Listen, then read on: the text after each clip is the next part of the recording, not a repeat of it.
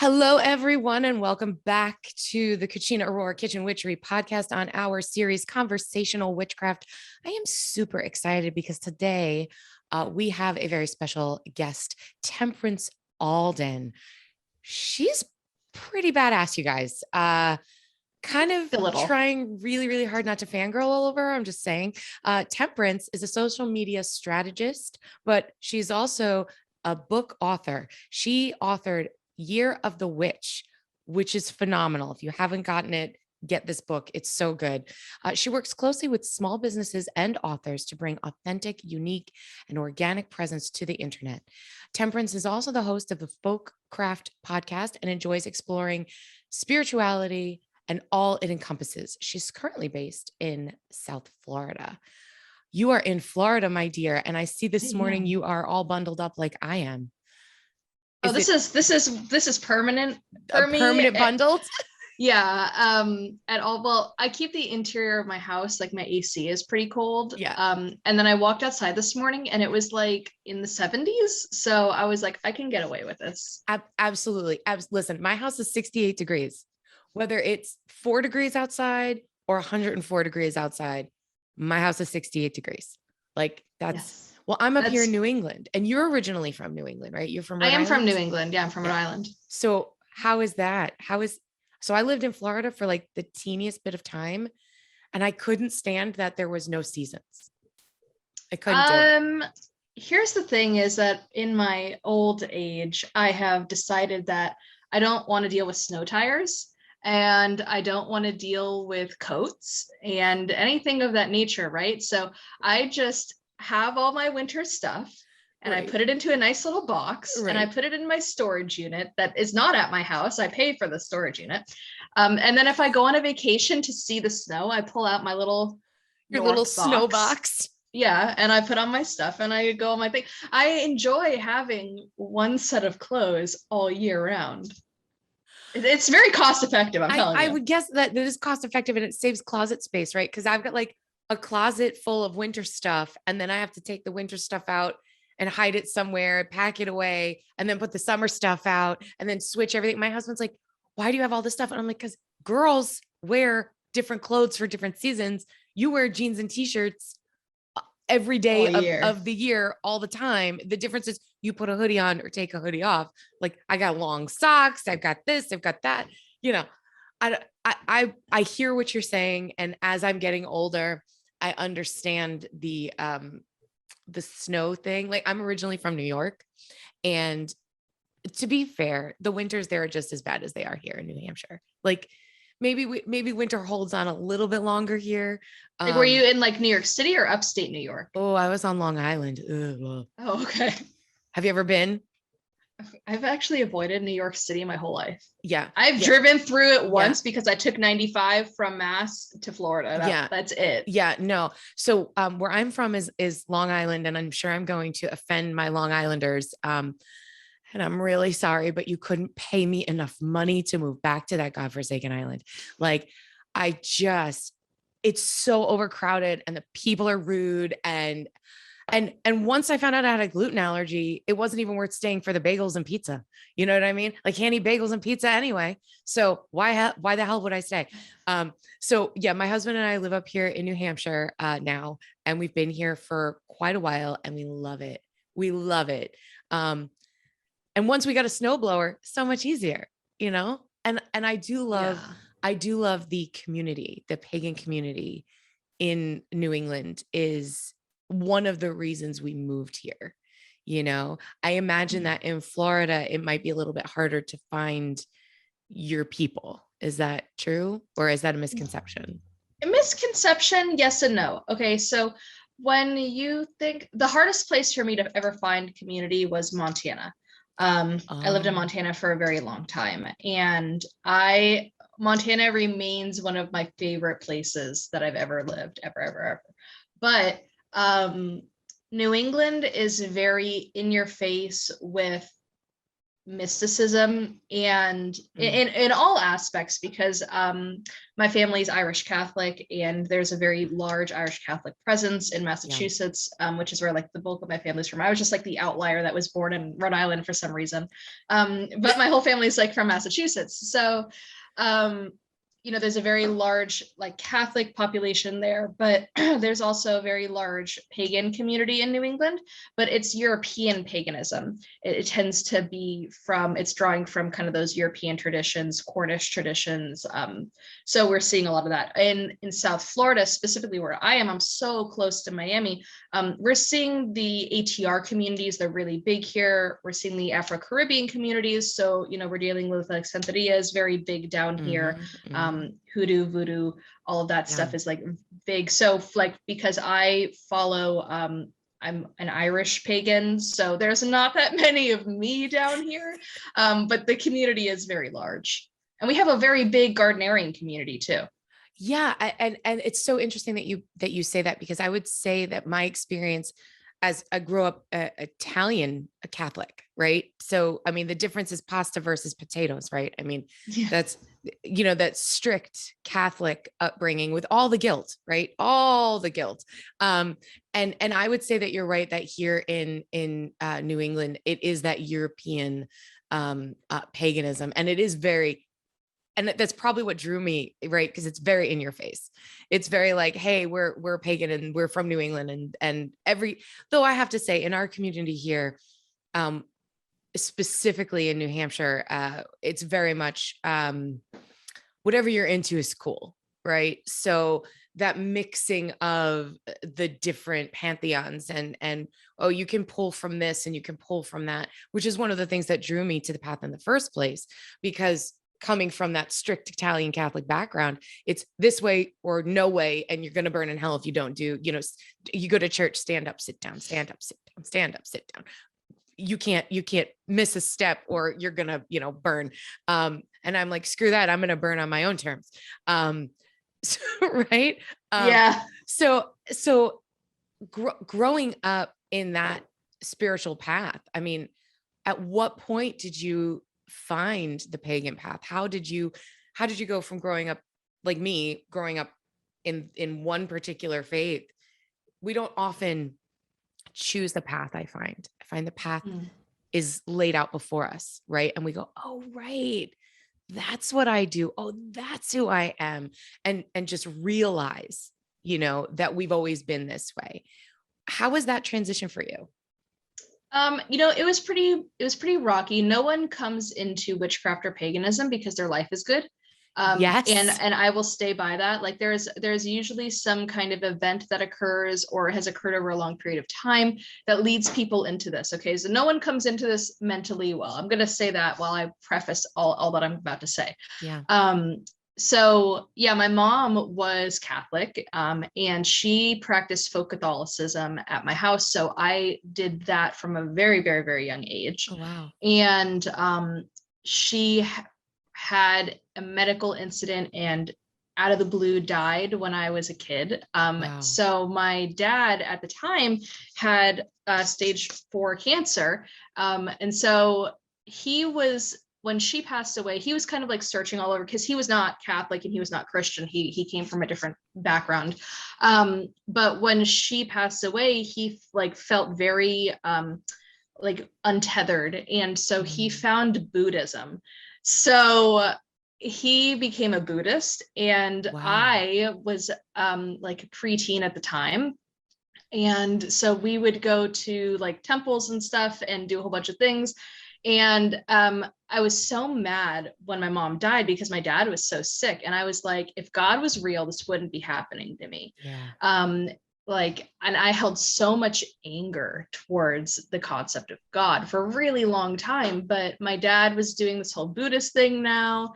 And so I would go with him because I was so young that like he just didn't want to like leave me. Yeah. So I got taken. It was actually a really cool experience. I'm not gonna lie, it was cool because my dad worked like international business and we were in Japan a lot. So we were going to like temples in Japan and doing the whole nine. It was actually a pretty cool experience. But I would say probably like between like 10 and 11, I decided that like I wasn't Christian anymore. But I kept doing all the practices that my mom had done like through my childhood because it like kept me connected to her. Absolutely. And then when I was like a teen, like probably closer to 13ish, 12 or 13, I was like, oh, I found witchcraft. I found like paganism. I mean, it was actually through like Michelle Belanger. So that wasn't even like that wasn't like Wicca paganism. That was not my introduction to this world. Right. So yeah, I kind of like stepped into the world of paganism. And for a long time, I didn't recognize deities because I still had that internal anger towards gods. So I didn't work with deities. And so that's why my book has such a focus on land spirits, is because for all those years I had worked with land, like the land and spirits of the land as primary entities. And I still technically do. Yeah. Wow. So to be exposed to something like Buddhism at such a young age and other cultures at such a young age. I mean, most of us at the age of 13, we're completely insulated in our family lives, right? We don't really know. I think that in your teens, is when you start to realize, oh, wait, everybody's home life isn't like my home life. Oh, everybody doesn't practice what I practice. Everybody's not the same as me. I think the older you get and the more you get exposed to stuff like that. And let me just say this, like as a kitchen witch, I apologize. Could you hear my cat screaming? Did you? You know what? We're just lucky my dog hasn't woken up yet, because when he does. I have two little black cats. They're not little, they're huge, but they're like a year old.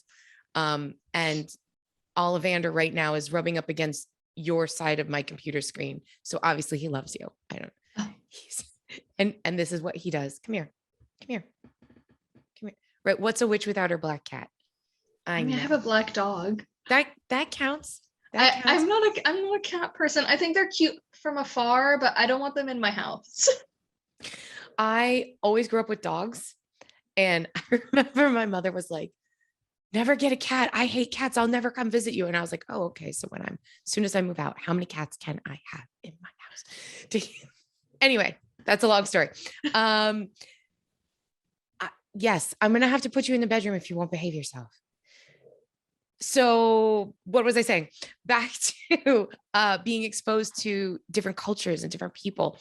Can you pinpoint anything like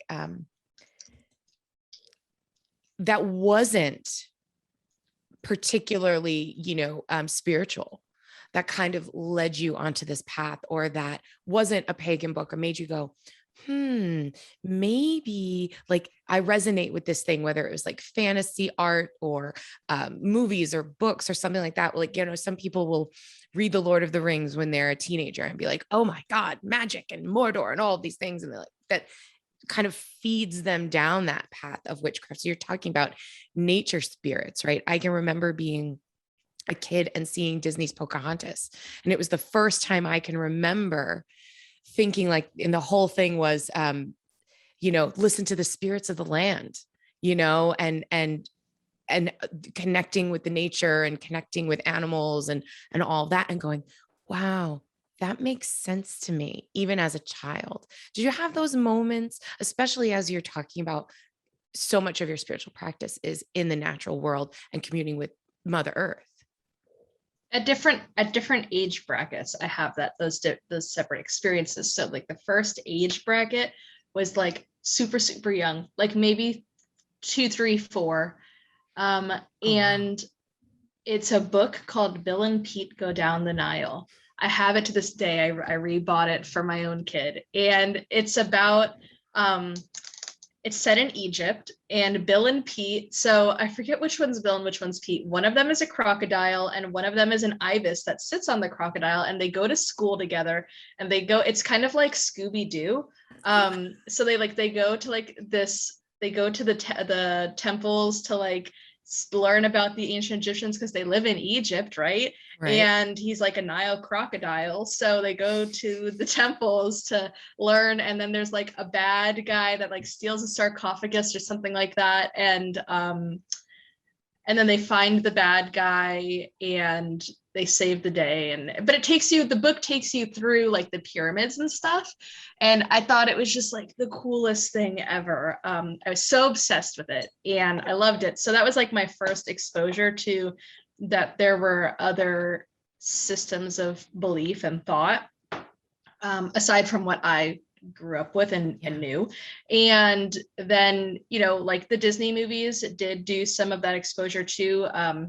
Pocahontas, Hunchback of Notre Dame, notably for me, was a big one. Hunchback of Notre Dame. Oh my God, the fire and brimstone. That movie, I'm sorry if we digress. That movie does not get enough credit, right? Yeah. It does not. It's completely unsung, amazing movie that really like shows the power of all the horrible things that maybe we experienced in terms of the guilt and in terms of the hypocrisy and all that stuff. Like, and I think as we're kids watching it and going, oh, the priest guy, or the judge, he's the bad guy. And it was so the religious overtones. And I could totally see why my mom didn't want me to watch that movie. Oh, that was a big one for me. I used to watch that like on repeat, loved it.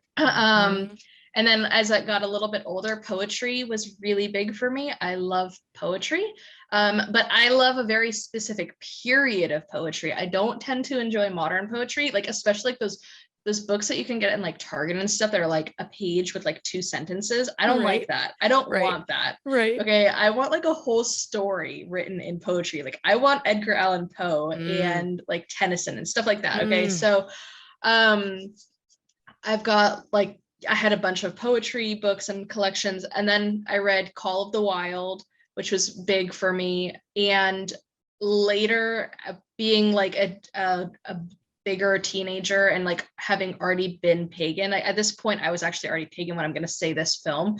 But Avatar had a really big impact on me. Really? In what way? Yeah. It was the first I was living in Montana. So growing up, the first movie that I feel like did a good job, and I talk about it in Year of the Witch. The first movie that I think does a really good job of bringing the concept of nature spirits to the public eye is Princess Mononoke. So that's Hayao Miyazaki's film, classic. And so I was a child when I watched that, but I had been kind of divorced from everything that I knew about my life. I was living in Montana. I was in a really bad situation when I lived in Montana. And for some reason, they decided that we could go see this movie in the movie theaters. To this day, I can't tell you why. It was one of 2 movies that I ever saw while I lived in Montana, because we weren't allowed to go to the movie theater. So, but for some reason, they were like, okay, well, we're going to go see Avatar. And I was like, okay. So we get there.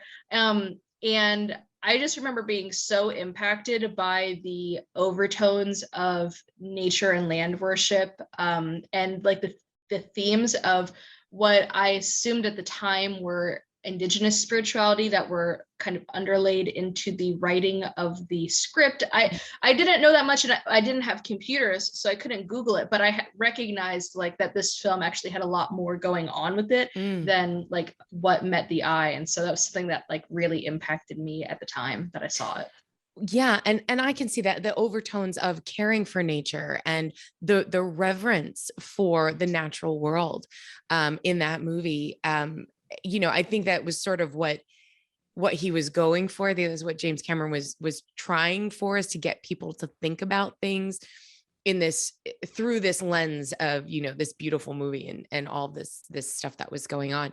You keep coming back to things like that. And I love it. I love the connectivity to nature. It is so important. And again, I would say that I'm in my path, I'm much more seasonal. Like I practice with deities a little bit, not as much as some other people. Like I have my Hecate statue and I have my Ganesha, I'll call on Ganesha when I need a little bit of help, but more I do ancestral work, or more I do, seasonal work, right? I'm very big in my path as a kitchen witch, cooking with the seasons and moving through the wheel of the year, through food, through nature, through what's being provided, and sort of trying to sync up my spiritual rhythms with the rhythms of earth. And I think that's why, getting back to what we were chatting about before we started with the recording, that's one of the reasons why I had difficulty living in a place with no seasons.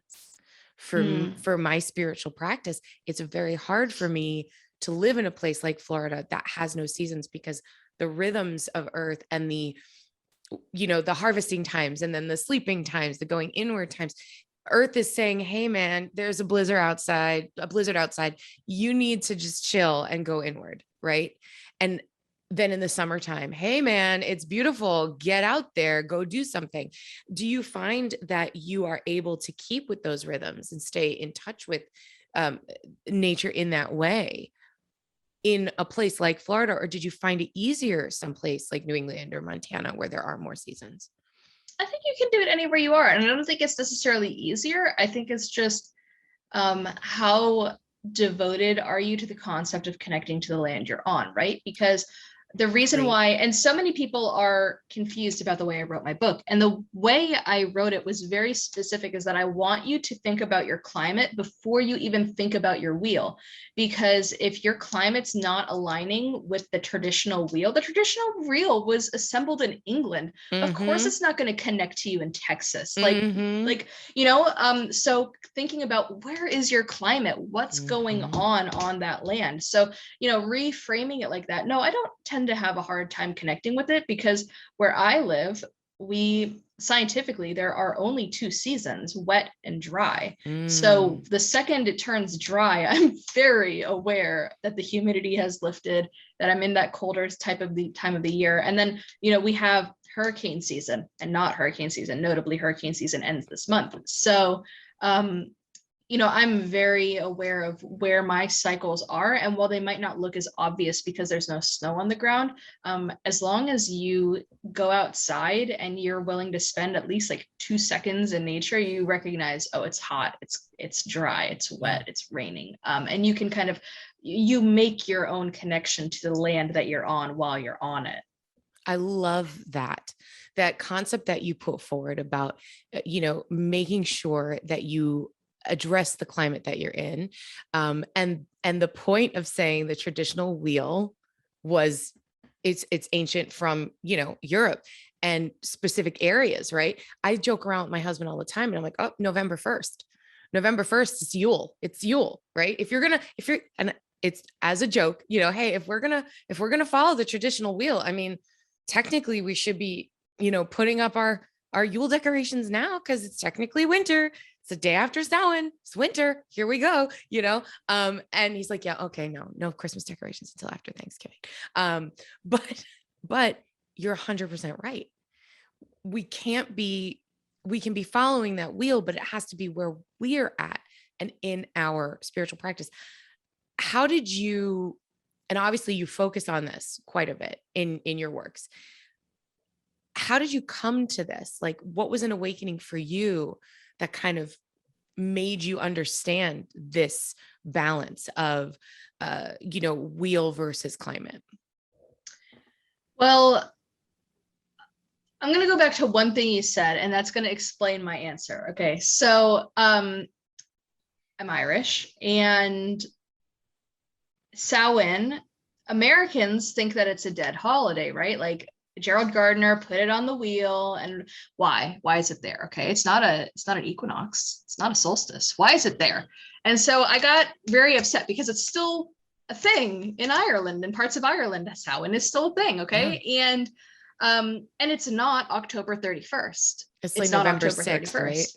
It's like November 5th or 6th, but it's actually like a season. It's got like a week or two time Yeah. period, So I got so angry at like reading books. And then as I became on social media, people were like, happy like Yule, happy Samhain, happy blah, blah, blah. And I was like, but it's not.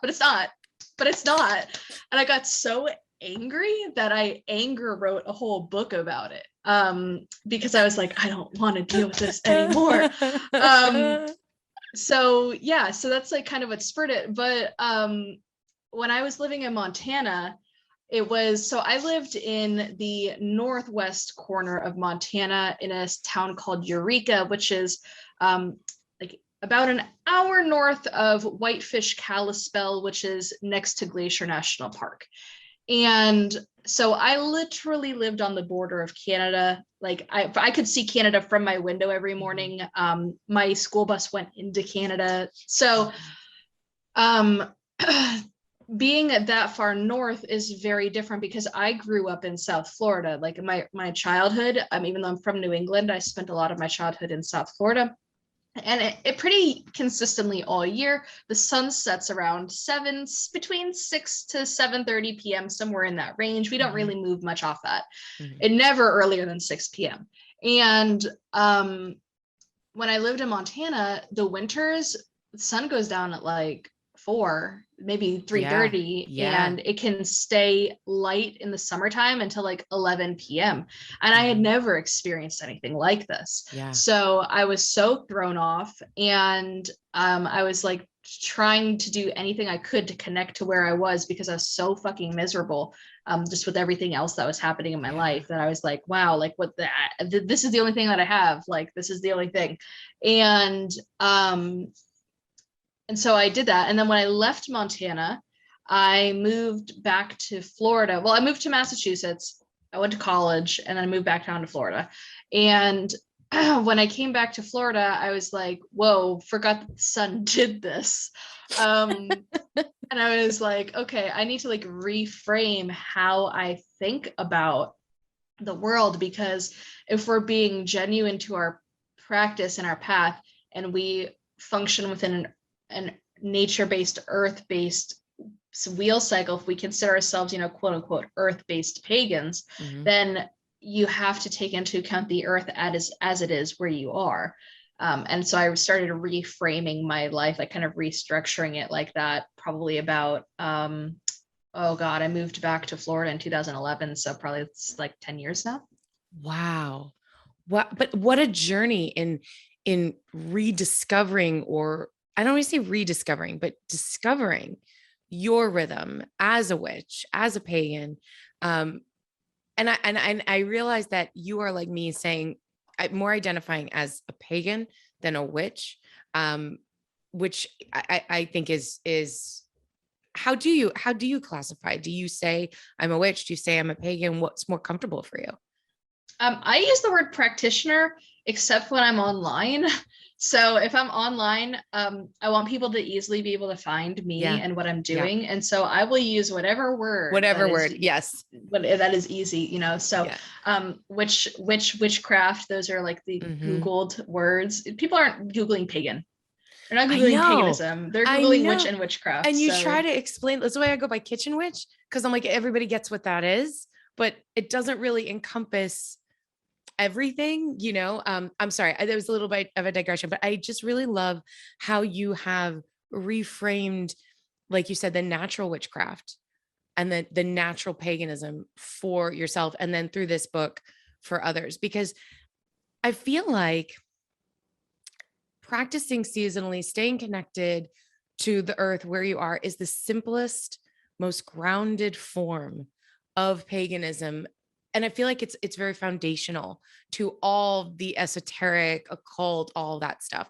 And this is a conversation I've had with a few people, right, that practice sort of in this world. Does that make sense? Or like, I love tarot and I love, occultism, and I love psychic stuff and astrology and all that stuff, but it always feels very above. It's above, below, within, right? It's in that other stratosphere. And I always feel, for my own practice, I can't do that work that's in this stratosphere if I'm not deeply rooted and deeply grounded where I am when I am. Does that make sense to you? Yeah. Well, like the umbrella, I think that it's unfair how we teach and talk to new practitioners, to be honest. So the big umbrella that is like the occult and esotericism and new age spirituality is very big. Okay. Yes. And so earth-based paganism is a very separate beast than, like Thelema, which could technically be considered a form of paganism, which is very different from Hinduism or Buddhism, which technically can fall into the umbrella of non-Abrahamic spirituality and paganism, because the word pagan relates to the Non-Christian. Abrahamic idea of Yes. non-Christian, Yes. non-Judaic. So we're really dealing with a really large umbrella with varying different ideas, different cultures, different worldviews, different mythologies, and we're all kind of looking at each other at the same time going, that's not right. That's not right. You're not doing that right. But it's like, from the perspective of where I am and what I know and what is tangible to me, this is right. And maybe what you're doing is wrong because you have a different worldview. You have a different, ethics, morals, everything else that goes with it is different because you have a different belief system. So I can't say, definitively, oh yeah, like what I'm doing is 100% right, but it makes sense to me. And that means it's right for you. I agree 100% about the way we speak to new practitioners. Like you, I've been practicing since I was 18, which is a very long time. It's a very long time. And yeah, what's right for me is not necessarily right for someone else. And I also think that there's an awful lot of bad information out there. I think in the last year or so, there's been sort of this coming back to the pagan path, coming back to sense of spirituality. People are looking for something. And unfortunately, if people are looking for something, there's a lot of people out there ready to give them something just to give them something. And it's not necessarily genuine or real or good or right. And I think that that's a legitimate issue that's happening in the community. There's great information out there. There's great people like you writing great books that are meaningful and instructive and intuitive and accessible. And then there are people making, crappy videos, being like, this stone is going to solve all your problems. And that's just not the reality. As just switching gears a little bit, as somebody who sort of lives in that social media world, this is what you do. How do you balance that in terms of, putting out this content that is right on point and so true to you? How do you feel about the misinformation that might be out there, and how do you combat it as this personality, this influencer? Like that's going to be challenging for you. I used to spend a lot more time being upset about it, I'm gonna be honest, than I am now. Like, I don't care at this point. I genuinely don't. I'm so burnt out. Like, it's not my job. This is how I at some point I took on this mantle of like correcting misinformation. And at some point I decided it's not my job to do that. Like, it's you as an individual practitioner's job to like Google something before you try it. And if you're not going to give something a quick Google and see, is Carnelian going to, hold on a second. Just a puppy. Remington. Remy, come here. Yes, here. Bring the pup. Bring the pup. Come here. Remington, come here. Remington. Come here. Hi. Come here. Sit down. Go ahead. Here, I'll show you. Oh, let's see Remy. Hello, Remy. Oh, what a good baby. Oh, is he a little old man? He's a 9-year-old black lab. Oh, he's a sweetheart. Go sit down. Go lay down. Go lay down. He wants to know what Mama's doing. No, well, someone knocked. Oh, Jesus. Maybe they were knocking. Hold on one second. Someone's knocking at my door. Yeah. We'll pause. We'll come right back to it. You remember?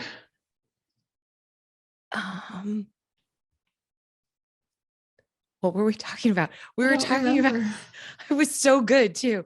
And then the dog started barking. What were we talking about?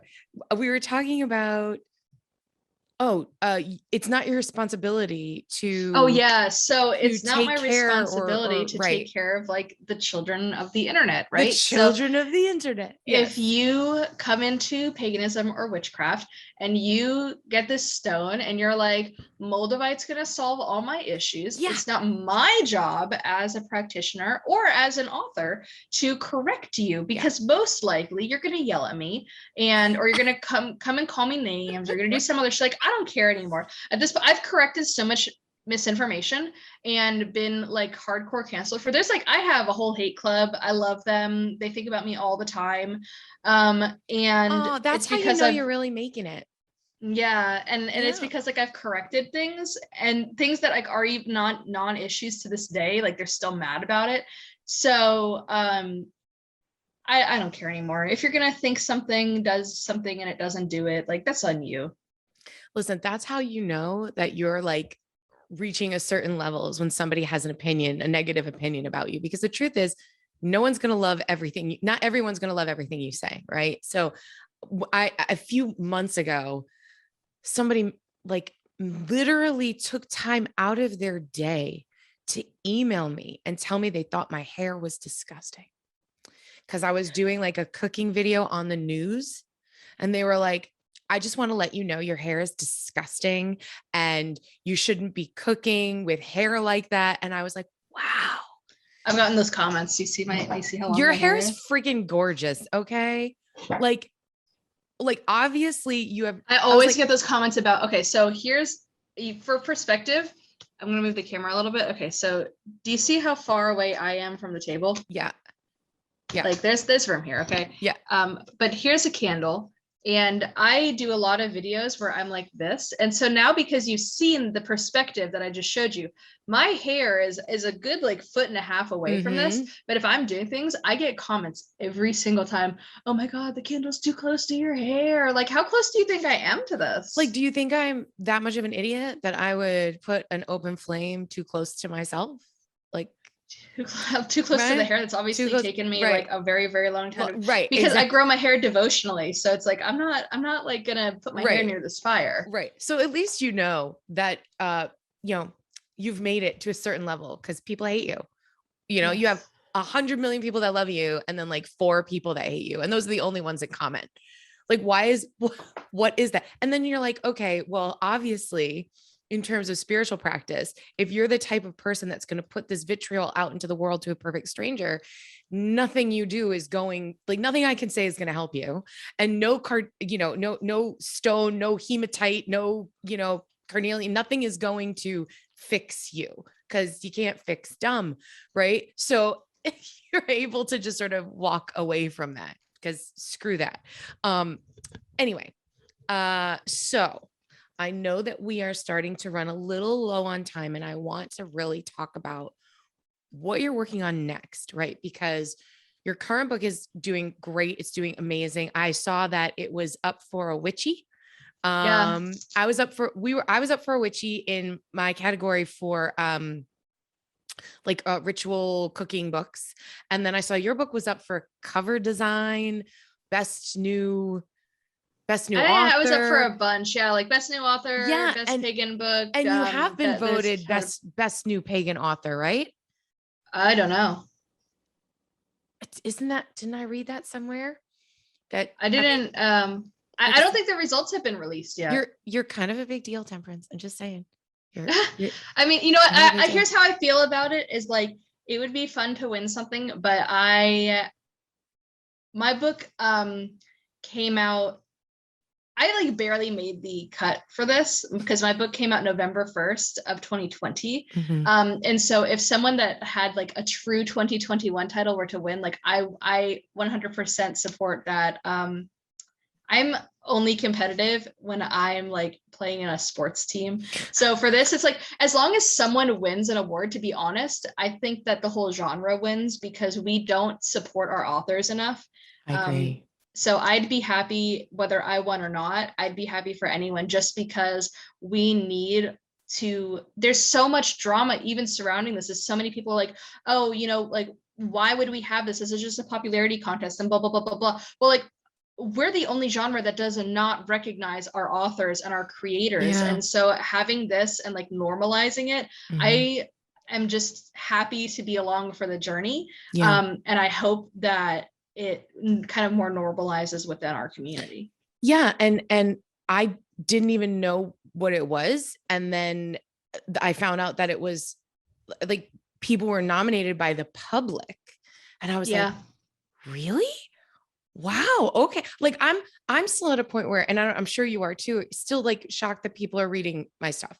like you're just like, oh, when somebody comes up to you or like asks you to sign a book or sends you an email and they're like, oh my God, your book changed my life. You're still like, oh my God, you read that? Thank you. Like Yeah. I'm still like, oh I my God. did not expect people to read my book. Like, I'll tell you that when I wrote it, I remember having like very vivid conversations with my editor. And I was talking to him and I was like, I'm writing this book for me because I don't expect that many people to read it. Blah, blah, blah, blah, blah. Like, I just did not think people were, because it's like, it was such a niche book on like a super niche topic that Right. I In was a like, niche it's not gonna have that. community on a niche Yeah. topic in it, but it speaks to people, and when you have something like that resonates with people, maybe you wrote it for yourself, but maybe you didn't. Maybe that was intuition. Maybe that was spirit saying the world needs what you have to say, and I, for one, am very grateful that you wrote this book. And I'm so grateful that we're having this conversation. And, you really are making an impact in our community for those of us that have been practicing for a long time. And then you're also making an impact for people who are just finding the path.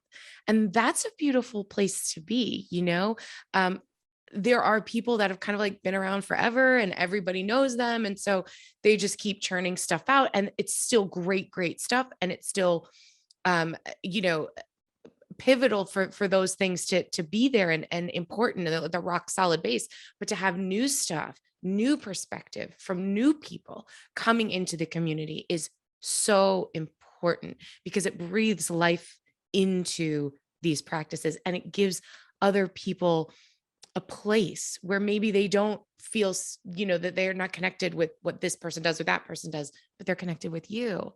I mean, Yeah.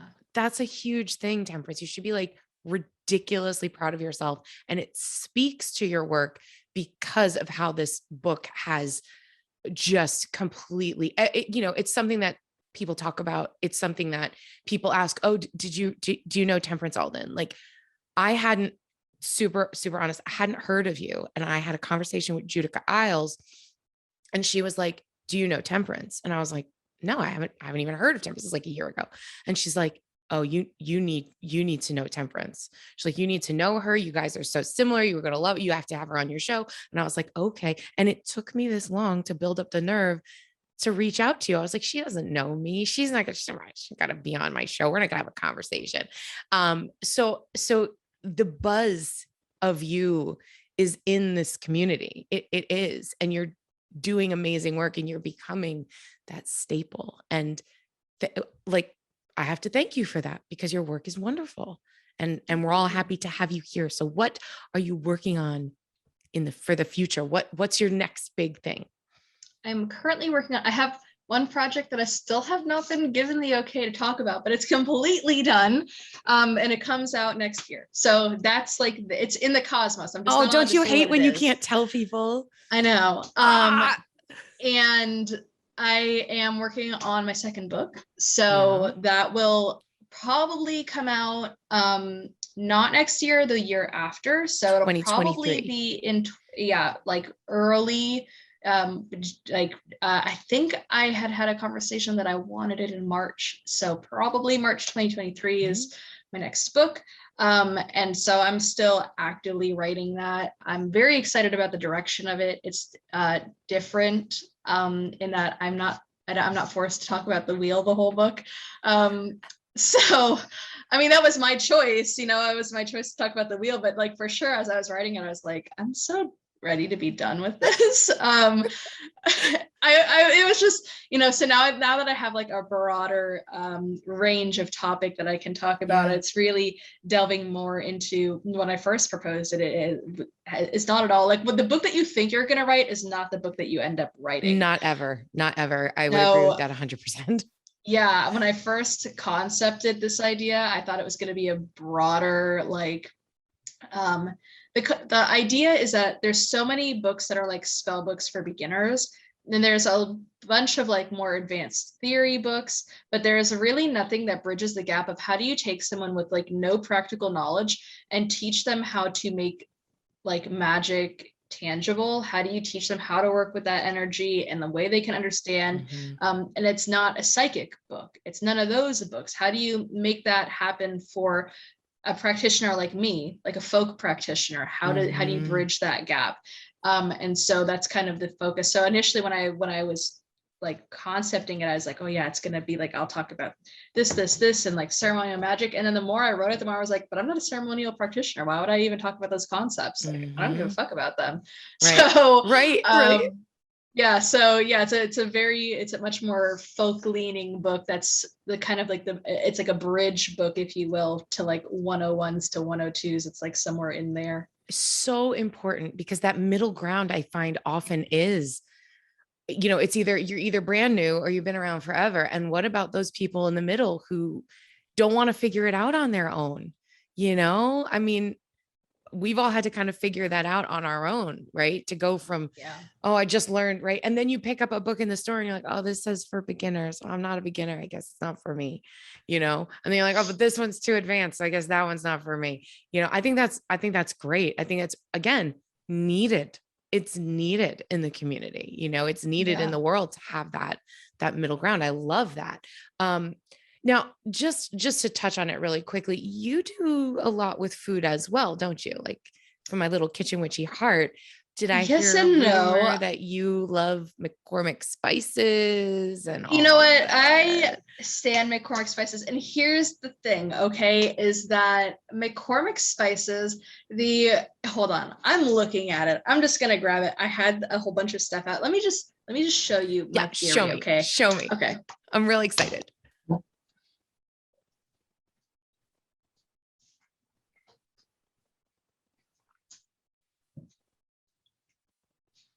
Oh yeah. Now you're speaking my language. Okay, so here's the theory, okay? Okay. Is that I gotta move my computer so you can even see like the whole set. Okay. So here's a candle. Yeah. This is something that I've been developing for a long time. Okay. So a lot of people they dress candle and they turn it into like a little torch, basically, because they cover it in oils and herbs, and then the whole thing is like, and you're like, what the fuck? Like, that shit's dangerous. Yes. You're gonna burn down your house. Yes. Okay. So I used to dress candles like that, and until I learned this technique, I would like to write a whole book on this theory, to be honest with you. Maybe it'll be your next one. It might be, you know what? Temperance's Book of Throwing Powders, 2025. Come on, I love it. I love it. Okay, so this is the perfect pinch Italian. This is my me. favorite. I'm the perfect pinch Italian. You're the perfect pinch Italian, right? So this is meant to be. This is my favorite spice blend ever. It has marjoram, I don't know how to say that word, basil, rosemary, thyme, oregano, and sage. Okay, there's no salt, there's no pepper. It's just like the dry herbs. Okay, this is dragon's blood resin. You have to have a resin for this to work. Okay, so when I am doing a spell or a ritual or something and I need a dressed candle, I will dress the base of, so like you can see like that the base of this is actually like covered in stuff. Okay, so I will dress the base of a candle, and as I'm doing what I'm doing, we're just going to add perfect pinch Italian. We're going to grind that up because it comes in like a little, it's not powder fine. Okay, so as I'm doing what I'm doing, and I'm in the spell portion and I'm saying my petition or my prayer or whatever the fuck I'm doing, okay, it has to be a resin, So we're talking dragon's blood, copal, myrrh, frankincense, and so I'm saying my petition, I'm doing what I'm doing.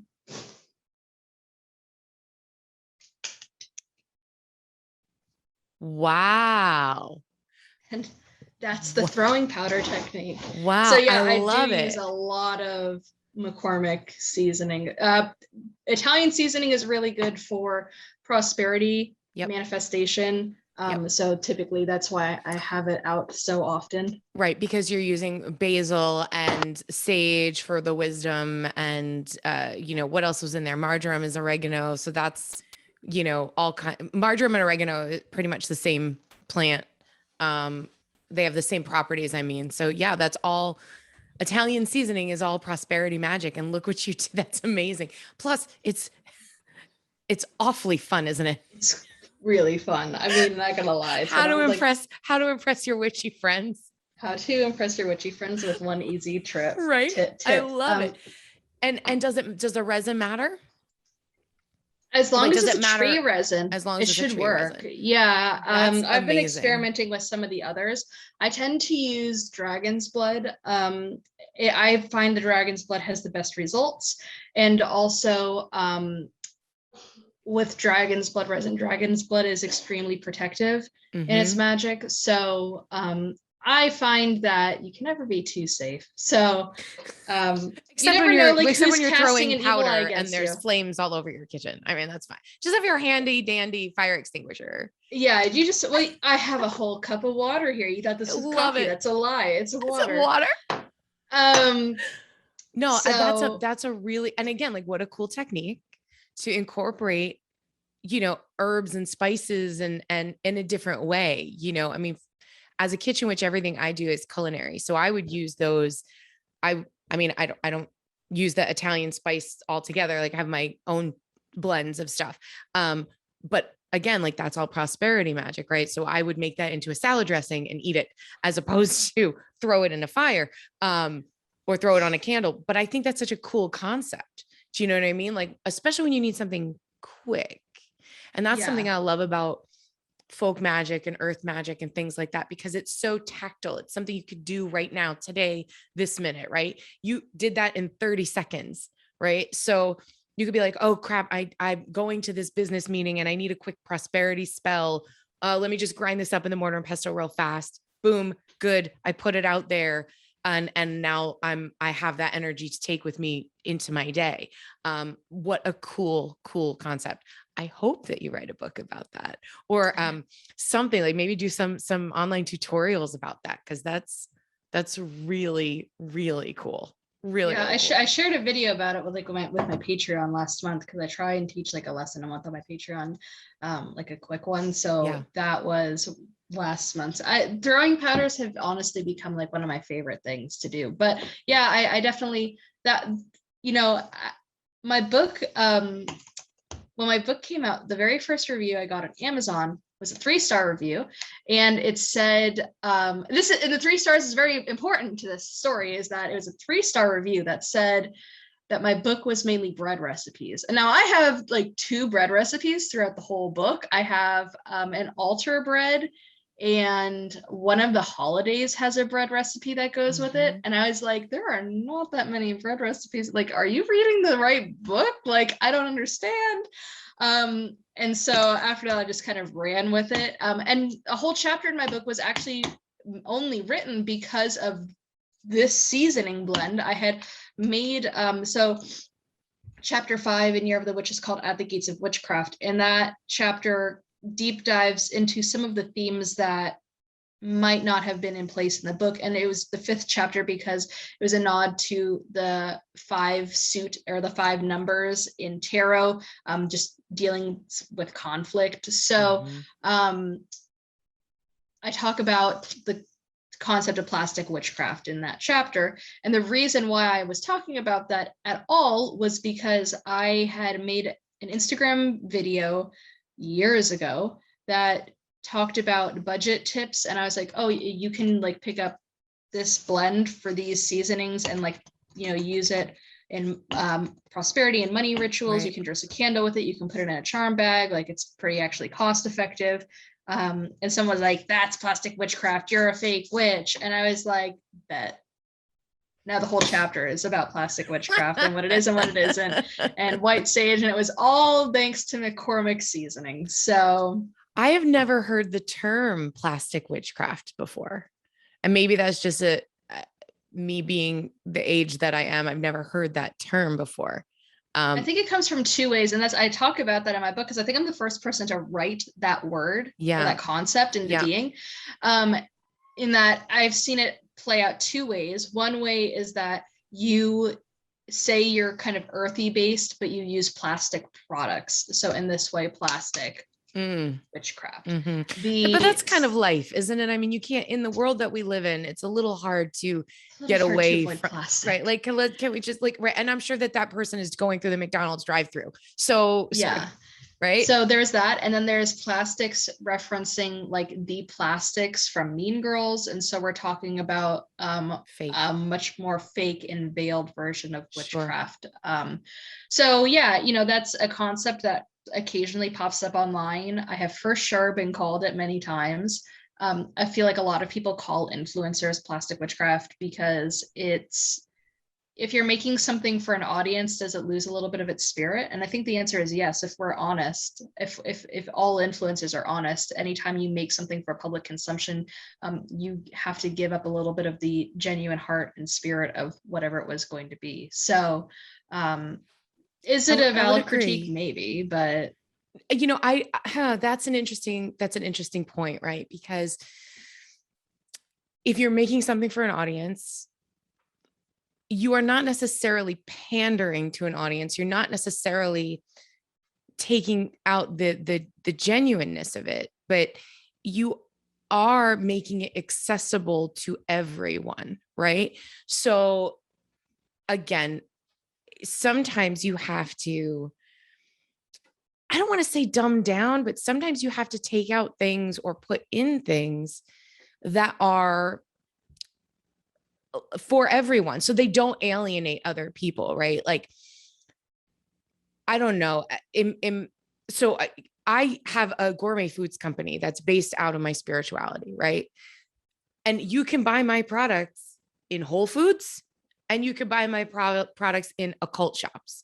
Same product, made the same way, same ingredients, whatever, right? And I have had people critique and be like, well, you sold out. You're not a real witch. Like, and I'm like, just because I'm able to bridge a gap between hardcore pagans and, Susie Soccer Mom, it doesn't mean I'm not a real witch. And just because Susie Soccer Mom resonates with the food products I make doesn't mean that it's not genuine, right? yeah.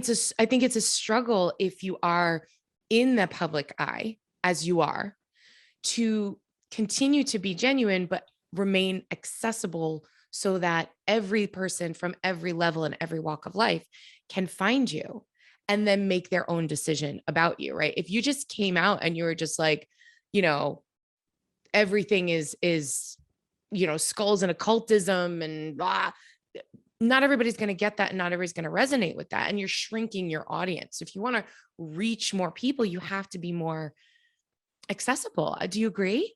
Yeah, I think so. And the more I find that it's hard for me to translate what I'm doing and what I want to do and what I believe and what I understand and what I know to be true, because I don't often experience my thoughts in words. It's not that I can't hear, because some people can't hear their thoughts. And that's not what at all I'm saying, but I often experience my thoughts through physical feeling in my body. Mm-hmm. And so when I'm experiencing a spiritual event or an occurrence, I have to somehow find a way to translate this feeling that's somewhere in here and give it a word, give it a name, like try and articulate what I'm experiencing to you who's not within my body. Right. I find it's very difficult to keep everything understandable, cohesive, accessible to larger audience.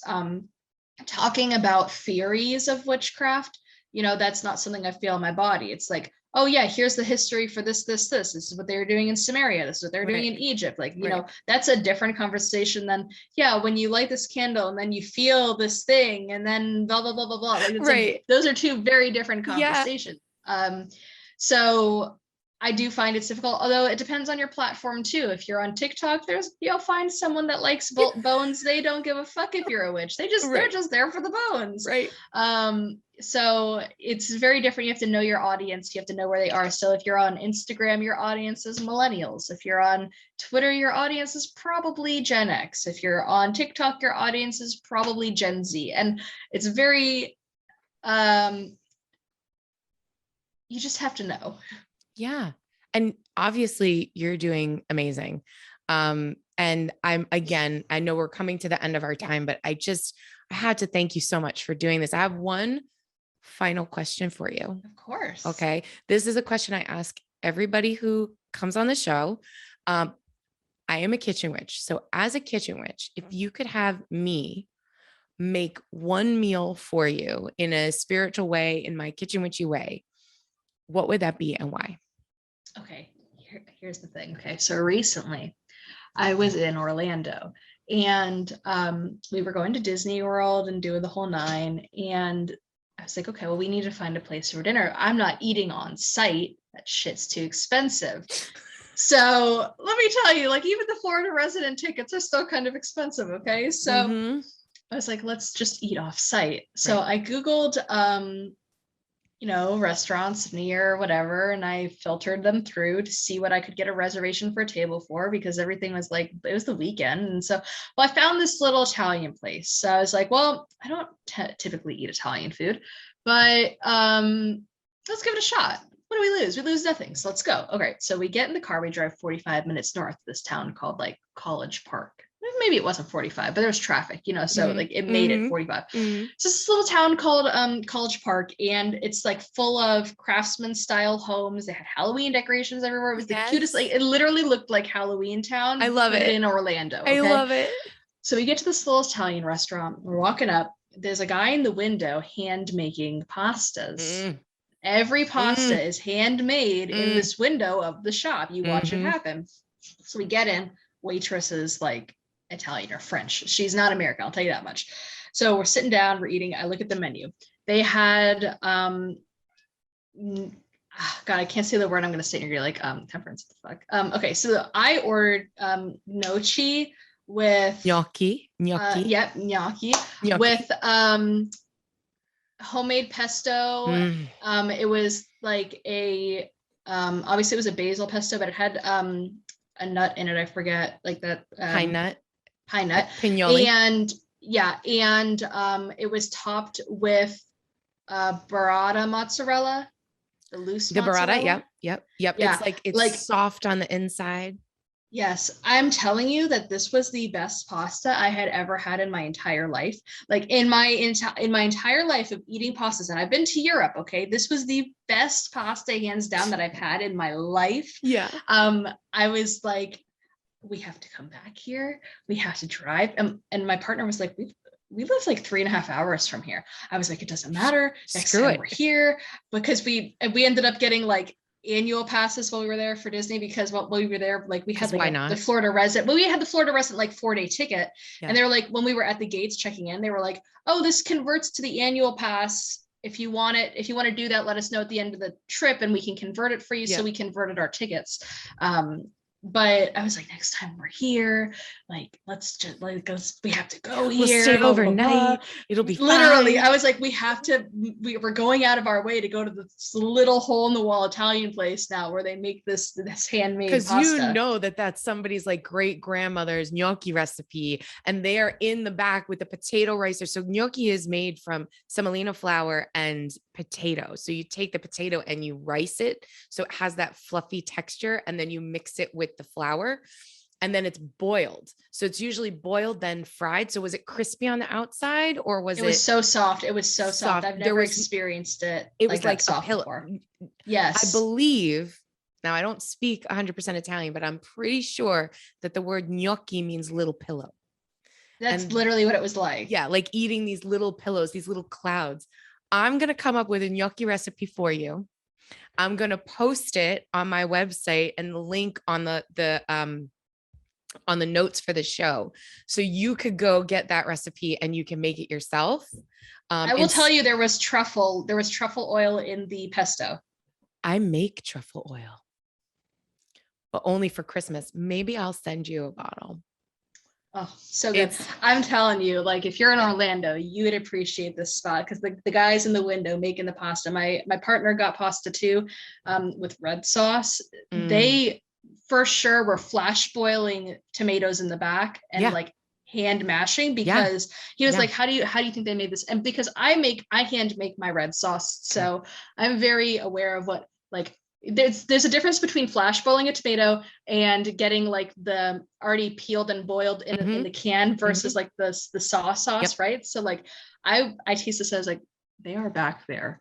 They're back there boiling Yeah, tomatoes. boiling I'm telling tomatoes, you. peeling them, and then they crush them with their hands, and then they just throw them in the pan. That's It was, I mean, when I tell you like yes, dinner was like expensive, totally worth. Was it more worth it. expensive than staying on Disney property? Because that would be It was about the hilarious. same. It was about the same cost. We could have definitely eaten dinner at Disney, but I'm glad that we didn't.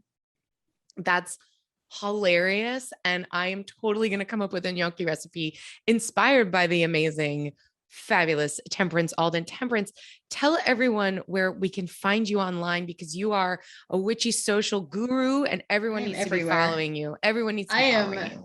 I am everywhere. So my main platform is Wild Woman Witchcraft on Instagram. I am on Twitter as Temperance Alden. I'm on YouTube as Wild Woman Witchcraft or Temperance Alden. You can find me both ways.